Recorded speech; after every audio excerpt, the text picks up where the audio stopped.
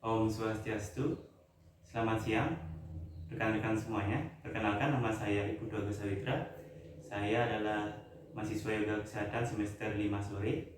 Pada kesempatan kali ini saya akan membahas tentang pranayama Kapalabhati, dan pada topik ini kita akan membahas 3 poin. Yang pertama adalah kita akan membahas tentang apa itu pranayama Kapalabhati. Yang kedua, kita akan membahas bagaimana caranya kita melaksanakan ataupun melatih pranayama Kapalabhati. Dan yang ketiga, kita akan membahas dan mendiskusikan apa saja manfaat-manfaat dari berlatih pranayama Kapalabhati ini. Jadi poin yang pertama, apa itu pranayama Kapalabhati? Dari sumber-sumber yang saya cari, pranayama Kapalabhati adalah sebuah teknik pernapasan ataupun cara kita mengatur nafas dengan kita menghembuskan dengan lumayan keras seperti pumping ataupun memompa daripada diafragma dan juga bagian perut kita seperti itu. Jadi dengan kita lakukan pranayama Kapalabhati, kita dapat melatih otot-otot yang berada di daerah perut ini, dan juga otot-otot yang menyangga daripada organ-organ dalam kita. Jadi sangat penting dan sangat bermanfaat kita melaksanakan pranayama Kapalabhati ini. Poin yang kedua, rekan-rekan semuanya, kita akan membahas tentang bagaimana caranya kita melatih pranayama Kapalabhati ini. Cukup mudah untuk melatih pranayama Kapalabhati ini, di mana seperti biasa ketika kita melaksanakan pranayama, kita bisa melakukan sedikit peregangan atau pemanasan terlebih dahulu, sehingga tubuh kita sudah lumayan panas seperti itu. Jadi tidak ada nanti risiko cedera yang akan terjadi ketika kita melaksanakan pranayama ini. Oke, pertama-tama setelah kita melaksanakan yang namanya sedikit pemanasan ataupun peregangan, kita menuju ke posisi duduk. Posisi duduk yang benar adalah posisi duduk yang senyamannya, di mana kita bisa melaksanakan padmasana dan lain sebagainya. Jadi silahkan dari rekan-rekan semuanya, silahkan cari posisi duduk yang senyamannya dan tidak menyebabkan cedera seperti itu. Jadi posisi duduk yang nyaman, dan silahkan punggung selalu diluruskan, tegak lurus punggungnya, sehingga aliran nafas dan aliran oksigen yang masuk dan keluar itu lebih lancar seperti itu.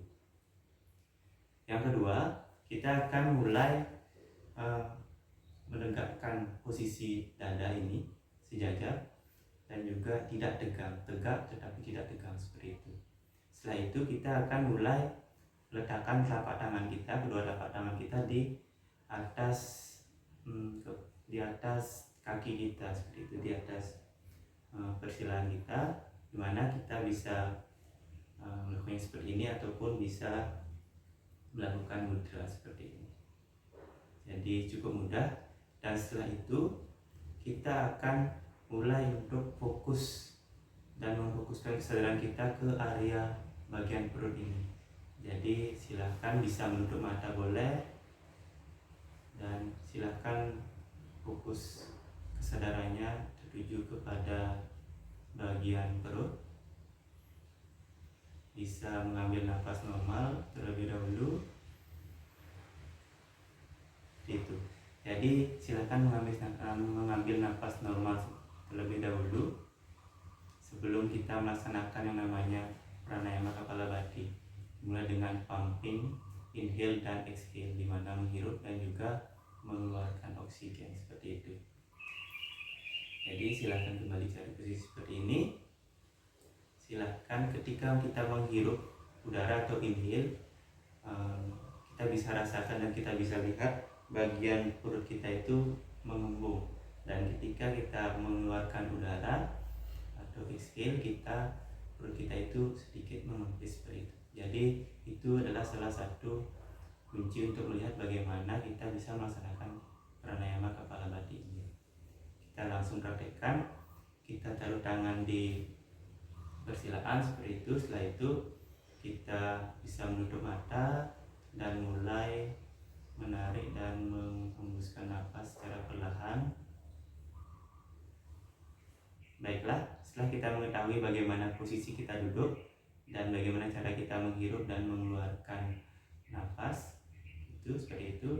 Jadi kita akan mulai berlatih mempamping atau memompa di pada bagian perut ini. Jadi ketika nafas itu masuk, oksigen itu masuk, perutnya sedikit kembung seperti itu. Jadi setelah itu dikeluarkan adalah perutnya itu sedikit mengempis. Jadi bisa kita praktekkan dengan pelan. Bisa dilihat bagian perut ini mengembang dan mengempis seperti itu. Seperti itu rekan-rekan. Dan ketika kita mulai melatih pranayama Kapalabhati, silakan cari posisi yang benar seperti ini. Setelah itu bisa kita mulai sedikit menutup mata dan mulai menghirup dan mengeluarkan oksigen.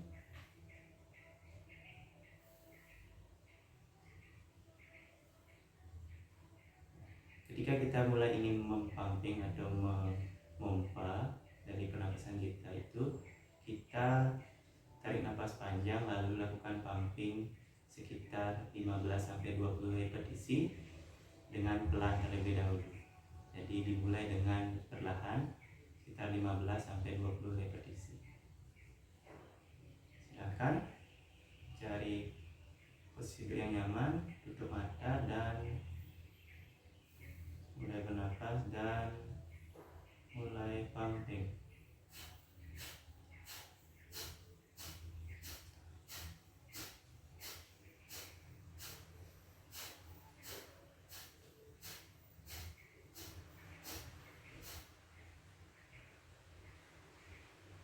Jadi seperti itu. Setelah kita melakukan pumping, silakan istirahatkan tubuhnya sebentar, relax.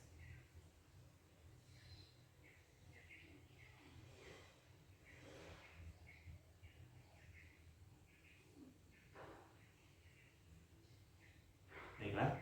Setelah itu kita bisa mengulanginya kembali seperti itu 2-3 kali selama 15-20 repetisi.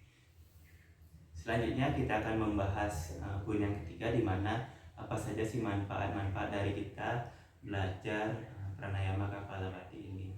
Jadi teman-teman, rekan-rekan semuanya, banyak sekali manfaat yang bisa kita dapatkan ketika kita melatih pranayama, khususnya pranayama Kapalabhati ini.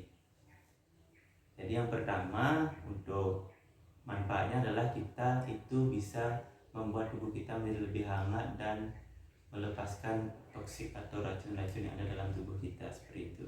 Yang kedua, kita bisa melatih otot-otot yang berada pada daerah perut ini, seperti otot perut, otot jantung dan lain sebagainya. Otot-otot yang menyangga daripada organ-organ dalam kita juga bisa kita latih, seperti itu.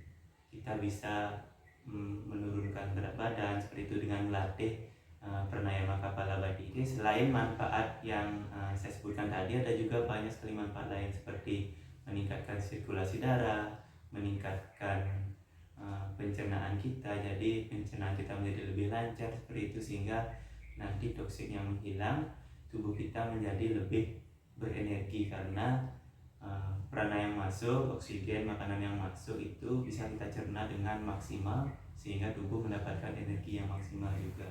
Kita juga bisa menghidupkan cakra yang ada dalam diri kita, cakra-cakra yang ada dalam diri kita, sehingga nanti cakra itu aktif dan berfungsi secara optimal.